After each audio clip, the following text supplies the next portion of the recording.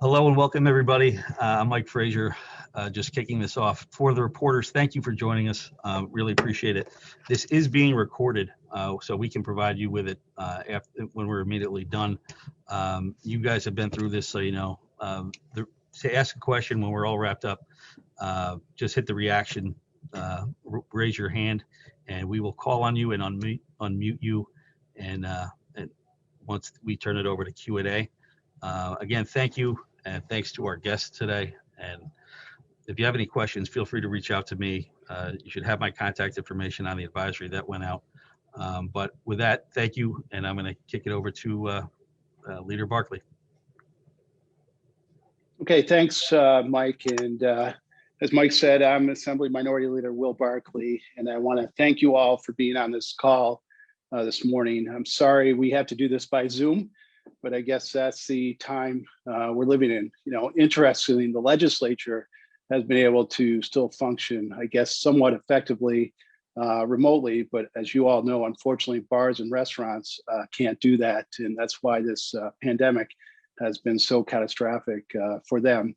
And unfortunately, the governor's arbitrary restrictions and curfews are simply making things worse. And that's what we're here to talk about.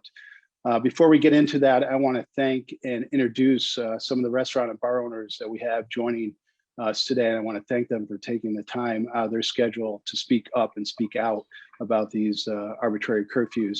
First, we have Tess Collins, and Tess is the owner of McGarry's Irish Pub. For those of us who work in Albany, where I think most of us are very familiar with that establishment. Tess is an institution in Albany, and she's a fantastic part of this community.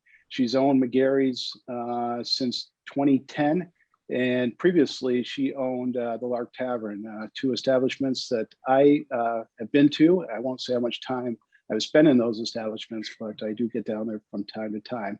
Also, we have Karen Padgerniti. I hope I pronounced that right, Karen Padgerniti. She's the owner of the Howling Rooster. Karen's owned the Howling Rooster in Tonawanda for 8 years.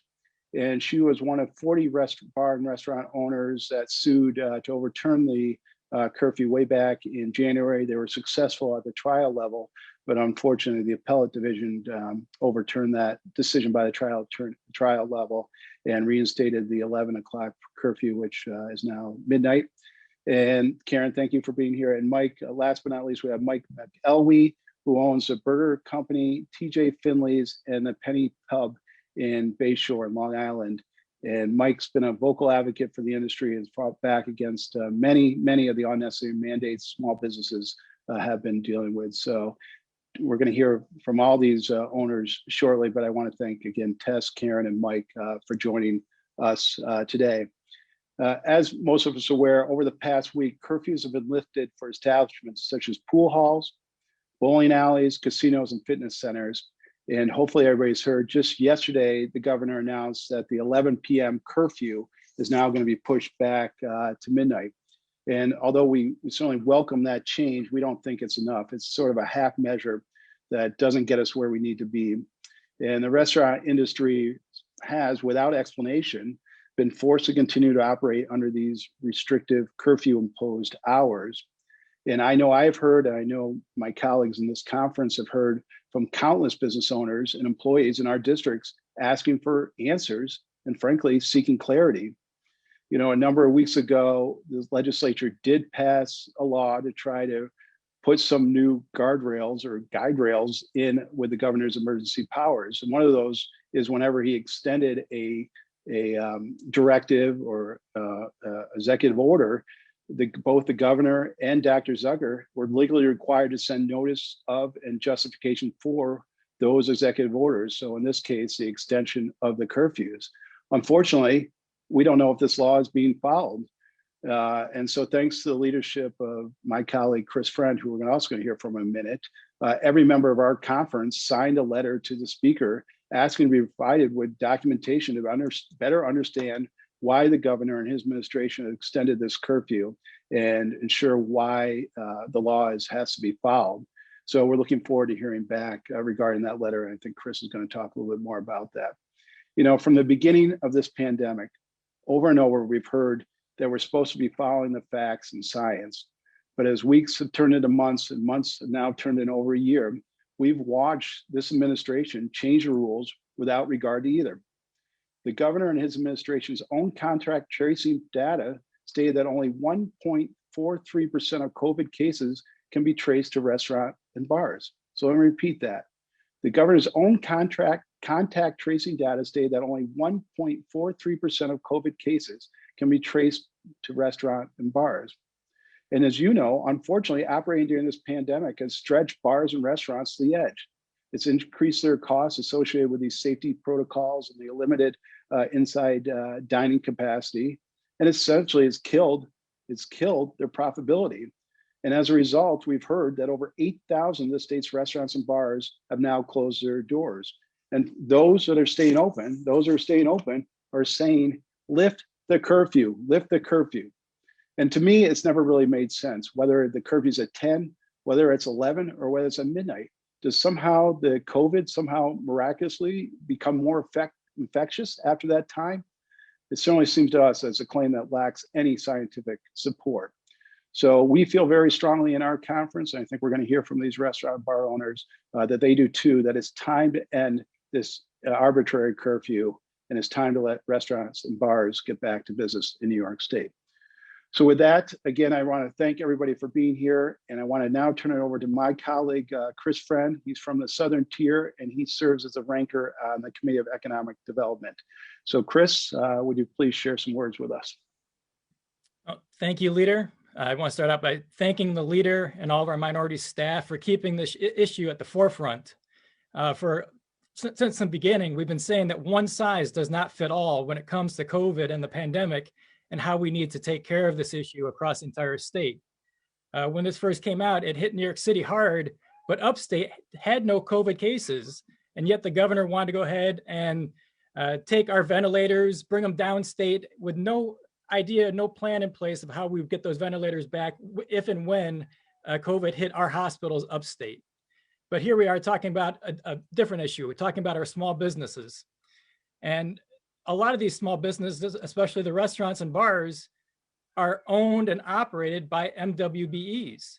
And that's something that's been at the forefront of our majority conferences and the governor from the time that they've been elected. But yet the MWBEs in the restaurants and the bars don't seem to come to the top of the case when they're trying to make this issue of, again, we need to be in operation also. Here in the Southern Tier, it's very apparent, because we're so close to the Pennsylvania border, that that curfew and COVID have a very different operating procedure in New York State than they do in Pennsylvania. There isn't that curfew in Pennsylvania, and COVID apparently recognizes that and only stays in New York after 11 o'clock, and now that the governor has changed it, only after midnight. That makes no sense. Why are we doing this? And the idea from his own contact tracing that restaurants and bars aren't the spreaders for COVID, well, why would you then go ahead and create an artificial limit that condenses when people can participate and go to restaurants and bars, thereby increasing that density and possibly the transmission rate? Why not lift the curfew and allow people to go to restaurants and bars through an extended period of time, thereby diffusing the number of people that are in the restaurants and bars at any one period of time? Right now, we're seeing a lot of people that are traveling to and from Florida, whether it's spring break or the snowbirders that went down and some that are already returning. And you hear a very different story of how restaurants and bars are treated in the state of Florida. Down there, they're able to be open as normal. And people are up at the bars shoulder to shoulder, with or without masks. And you don't see this massive transmission happening in the restaurants and bars, which falls right in line with the governor's contact tracing data. So why do we continue to put this artificial lock in place? The governor has admitted that we've already had more than 25% of New York's population has been fully vaccinated. On top of that, we know tens of thousands had COVID, thereby have antibodies to COVID. I argue that those antibodies are even stronger than the vaccine and should be given just as much weight as the vaccine. But given those two parameters, we're well on our way of having herd immunity. And therefore, we should be opening up all of our restaurants, all of our bars, all of our small businesses should be able to compete with the big box stores and shouldn't be under these artificial regulations. So again, I want to thank our leader, our minority staff for keeping this at the forefront. And I especially want to thank Karen, Tess, and Mike for coming on today and just providing some insight into what's happening in your operations and your establishments and what we can do to further help get you opened up and build to support small businesses, MWBEs, and all of those individuals that you employ who need those jobs in order to help pay their bills. So again, thank you to the leader, and thanks to our restaurant bar owners, Karen, Tess, and Mike, for coming on today. Okay, thanks, Chris. You've made some excellent points and appreciate you sharing that with us and the reporters on this call. So next we're going to move to Tess Collins, who I mentioned owns an establishment in Albany that's sort of an institution, McGarry's. So Tess, the floor is yours. Well, thank you for inviting me to talk. I'm sure some people saw my face and said, oh God, not her. Yelled at me many times at McGarry's, or they got a little fearful of what I might say. So I'll try not to swear while we're on this. I try not to speak for myself. During this pandemic, I closed for 5 days. A lot of the political people asked me to reopen. I had the federal building next to me. I would drive by, I'm going to try not to cry, and see all the elderly people sitting there just in case I showed up or would come by. I was very fearful for them, you know, the mental health end of it. With some of my customers really scared me. So I reopened. We got all the loans. I was bleeding money.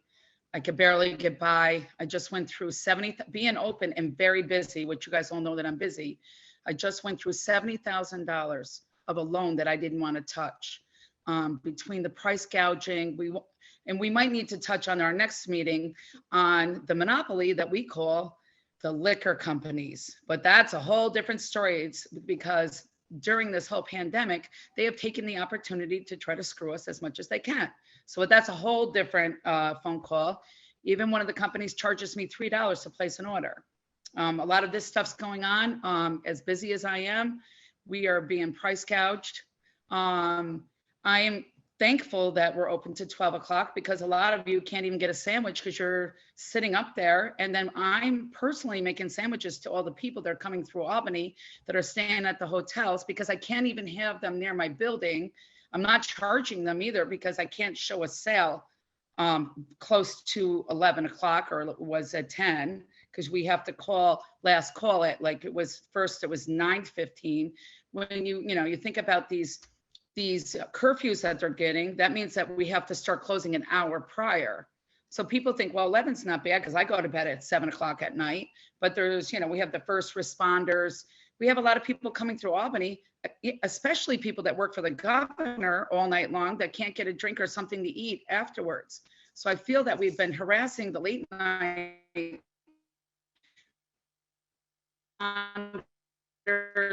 we trust that they can't even get something to drink. I feel that a lot of this flow of, people getting COVID to have their act together. But in the meantime, I got all the restaurant people, I got all the 911 dispatchers. When they get done, where are they going to eat? Where are the first responders going to eat? Where the hospital workers? But I'm not just concerned about me. I'm concerned about these restaurants with this stupid, ridiculous food law that he has. And it's driven me right out of my mind more than any other thing that's happened during COVID. It hasn't been the laws. It's the way that they've been written. They've been allowed to be written. I harassed the state liquor authority. They know me by first name. When I call them, they giggle because there's no clarity with anything that's going on. There's no clarity. They don't know what's going on because every time we make a new law, it's thrown through. Nobody knows what's going on. I call over there and I still don't even have clarity from 6 months ago. In the meantime, I have all these small little towns around me that I'm worried about because all these elderly people have run their businesses for decades. And I know them really well. There's not even any COVID near them and they're closing. What are they going to go on?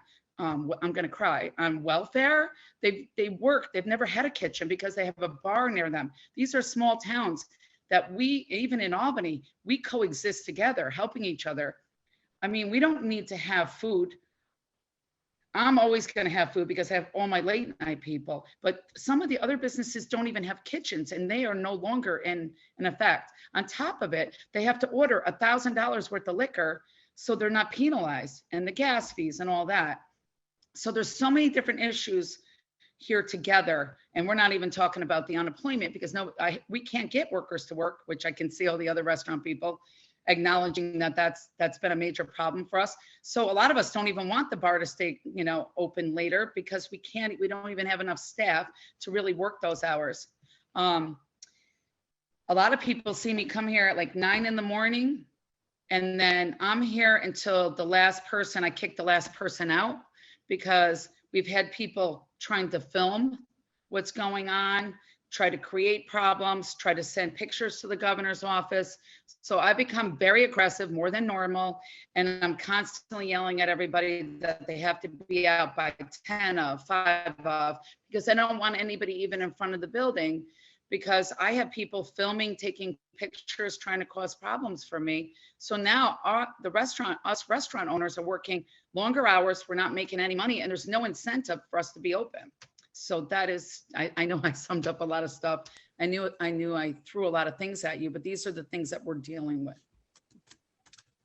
Thanks, Tess. And I knew you wouldn't mix words, and I knew you wouldn't be a shrinking violet. So we appreciate you stepping forward and actually going through all that, because it does provide perspective that maybe the media and obviously people in government don't see. So thank you very much for doing that. Next, we have Karen Padgerniti.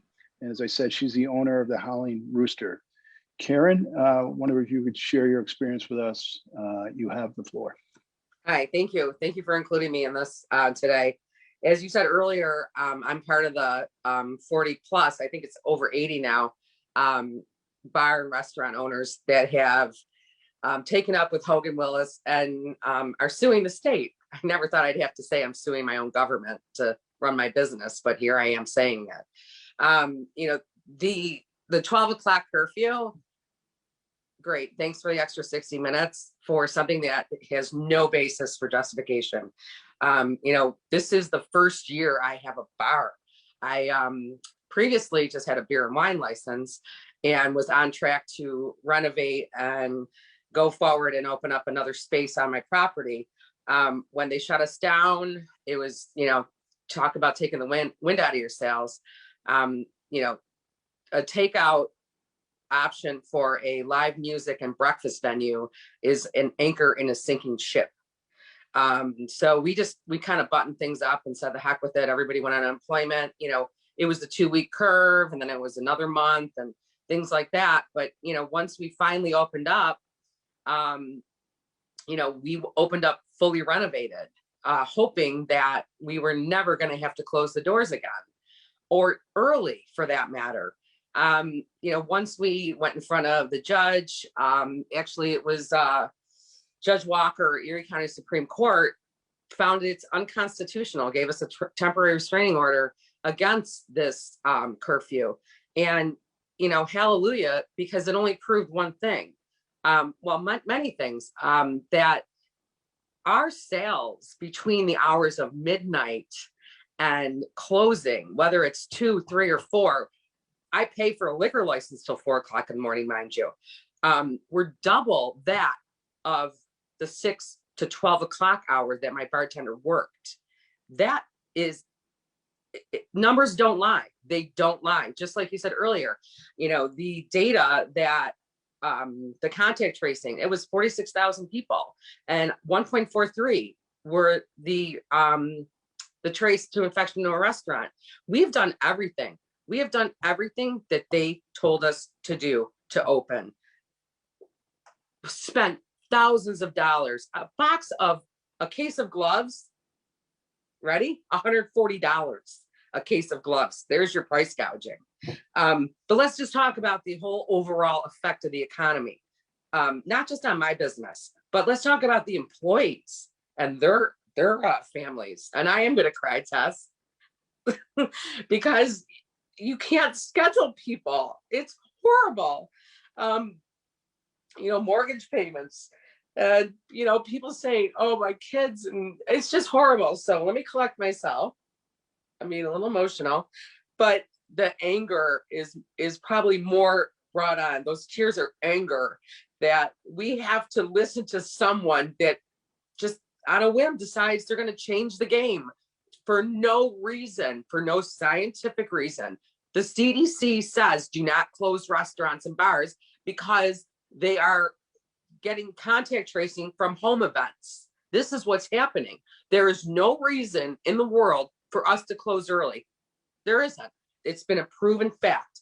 The fact that a Supreme Court judge said there is no constitutional reason for these restaurants to be closed, the fact that we have to sue to stay open, the fact that we have to actually tell people to leave our bar, our restaurants, we're making money because a governor feels it's his right to say, no, we're going to close you early, even though we don't have any scientific facts. The science is political science, and that's exactly what it is. The fact that he allowed 6,700 people plus to go to a Bills game? Really? Where does that come from? That's unconstitutional right there. It's discrimination. You're allowing bowling alleys to open up and you're going to let gyms have more people in it. But you know what? Let's screw the restaurants and the bars. And that's what's happening. There's no reason, no fact, no science. Here's the deal. Let's say Tess and I go out to drink and Mike's coming with us. And we're going to go drink at noon. And we sit and drink till 9 o'clock at night. Well, the governor's rationale is that we have to close early because people become a little bit more lucid and they're going to get up and walk around and they're drunk and they're going to get close to people. And, you know, that's what's going to happen. Well, I'm sure that Tess and I might be pretty wasted by 9 o'clock. And so where's COVID there between 12 in the afternoon and 9 o'clock? How is it not as prevalent? But at 12 o'clock, I have cops that text me that get out at midnight. Are you open? Nope, sorry, governor closed us down. There you go. So I can't even service people that are getting out of work at noon midnight. How does that even work? Nope, sorry, you've been working all day long defending our city, our town, but you don't get to come and have a drink because the governor decides, nah, we're not going to let you stay open for no reason. I think he's just being a tyrant. He is being a spoiled brat, and he doesn't want to lose the lawsuit that, by the way, our tax dollars are defending him and the SLA and the health department. And that's where we're at because we're paying. I'm actually suing myself, I guess you'd say. Does that make sense? No, it doesn't. So all of this nonsense, all of this executive orders, all the lawmakers in New York State, shame on you for letting this continue as long as it has. It's ridiculous. And now we're going to do a fanfare where we're going to get us on television. We're going to sit here and say, hey, help us now. Well, guess what? Back in the summer, we were doing great, weren't we? We were open. There was no curfew. But now we have one because a governor is being a control freak is what's happening. And he has henchmen to keep everybody in line, the SLA going in and harassing people and the health department harassing people. If you've done a good job for your whole business career, that you haven't had any problems, you haven't had any citations, you haven't had any issues with your SLA, with your license or the health department, but now they're going to put the screws to you. They're going to come in and they're going to walk around like they're the henchmen, the Gestapo. This has to stop. Overall, pull it back, and the curfew and the crap. And I think I'm good. Thank you. Great words, Karen. And again, we appreciate you going on this call. I think it does make a difference. And the fact that you're brave enough to step up and talk about it is really very immeasurable. So thank you very much for doing that. I do want to point out one thing, and you raised it before we get to Mike, is the fact that you're right. The legislature can overturn any of these directives by the governor. It really just takes, it's a joint resolution by both the Senate and the Assembly. And exactly. So continue to speak up. We're going to continue to speak up and try to get our colleagues across the aisle to move on these. And we're going to use every lever of power that we have to get them to do that. So thank you for sharing your story. And that we have to. We need to save this economy. And The restaurant industry is at least 75% of the economy of the state of New York. And they're killing us. They're not letting us do our job and keep this going, especially the fact that they just jammed us up with the unemployment insurance that they said they weren't going to do. And now they're raising the business taxes, which now, where are we getting this money? Where are we getting it?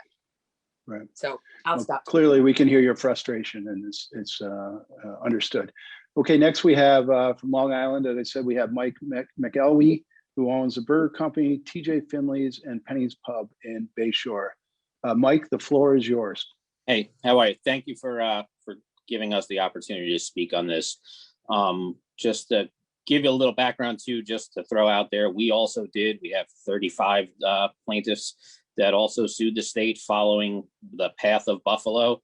And we thought it was a great thing. And, you guys got your TRO right away instantly. Ours went right to a judge in Suffolk County and they said no TRO, and we're kind of stuck. We're kind of dead in the water. We all had to come up with money to get the attorney to do the paperwork, to do the filings, and we're dead in the water. So anything we can do to get us back in the game, we're here to do. Just to kind of dial it back, you go back to last year, especially the community of Bayshore, our busiest day of the year is the Bayshore St. Patrick's Day Parade, which is traditionally the second Saturday in March. That was canceled. And in the beginning, I thought it was ridiculous. And then as the day came around and where the world was at, it was the right call to cancel it. But so we canceled it. We lost what you normally do a week to 2 weeks worth of business in one day. We lost. So we were already behind the 8 ball. Then the shutdown came. They took it on March 16th, day before St. Patrick's Day, which was another great, that's a Saturday night in the middle of the week. We lost that business. And it was, in hindsight, if you look at it, we had a shutdown. The 2 weeks, we would have been fine, but we got shut down. We lost 90% of our business, like gone. Luckily for my local burger concept, we were able to adapt. We were big takeout to begin with. So we managed to push through. We fed hospitals. We fed first responders. We did all that. We made it through. But the bars and restaurants, we were devastated. We got wiped out, and PPP helped us get through. And then we got a little bit of outdoor dining in March, April, which it was a little bit, but you really go back to the stuff that Tess talked about. Gloves were unavailable. Then they were $140 a case. You couldn't buy plexiglass, like all these things. So we made all the adjustments we needed to make. And then we got to June 24th. And honestly, it was a savior. I don't know what happened with upstate, but Long Island got opened indoors on June 24th at 50%. We were fine. Like we weren't, don't get me wrong, our sales were down, but we were surviving. We were able to pay the bills, pay the rent, pay our sales tax.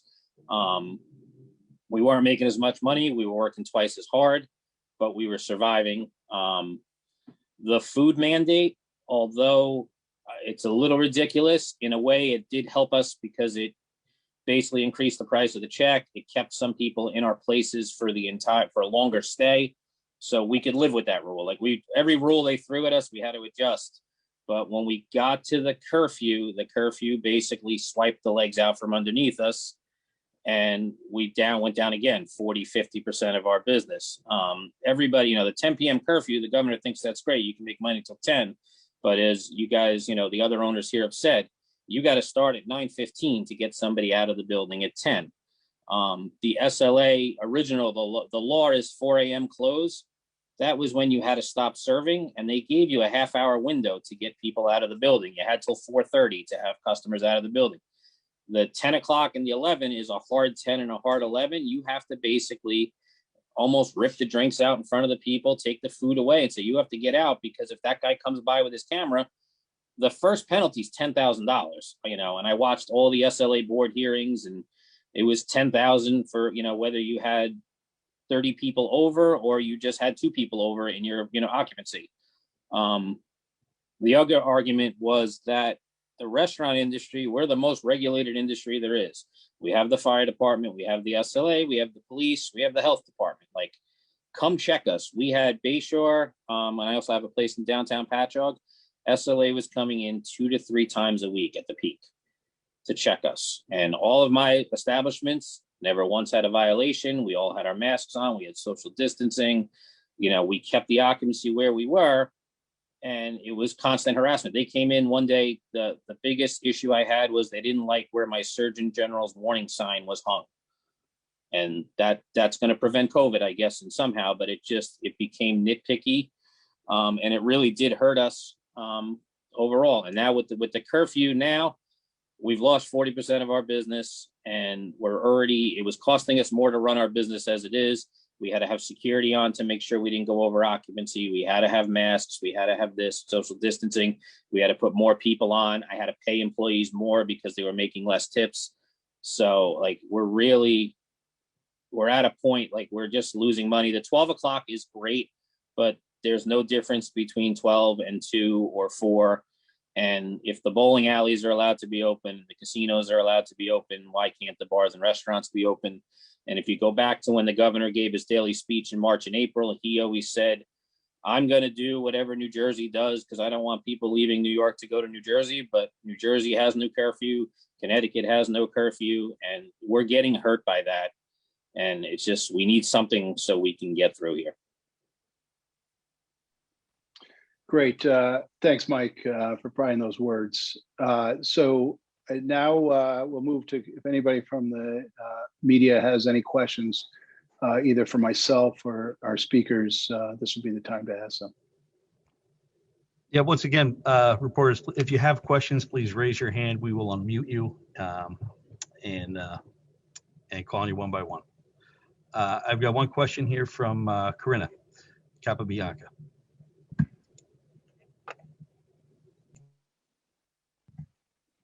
Hi there.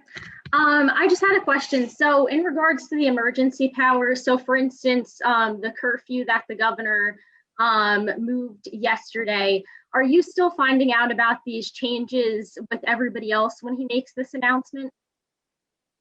Yeah, absolutely. That's exactly. And again, as I said, under the new supposedly restrictive restraints on the governor's emergency powers, he's supposed to supply the speaker and I think the relevant committee chair with the reasoning of why he's either extending the directive or amending the directive.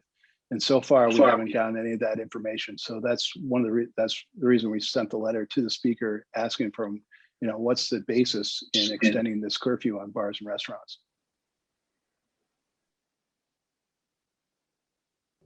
Okay. Yeah. Next question is from Morgan McKay with Spectrum News. Morgan, go ahead. Thank you, guys.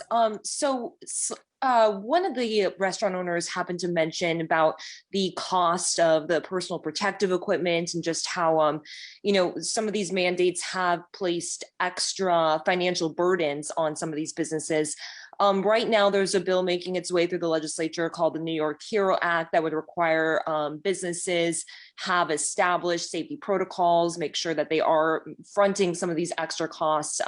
It's one of those unfunded mandates. So just sort of trying to get your guys' opinion on what this would mean for businesses that are already trying to struggle and get through the pandemic right now.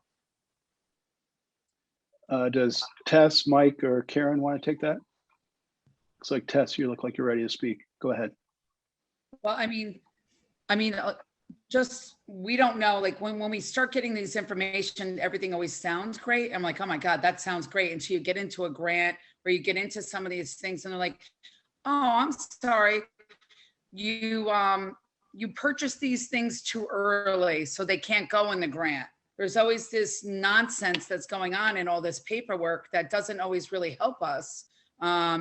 You know, like they just, with the laws, they're like, oh, you're going to be up to 75% or whatever. But if there's a 6-foot rule, that doesn't help us. I'm not being negative because of the PPP loans and all that have been helpful, but we're always very scared when these things come forward to how they're worded.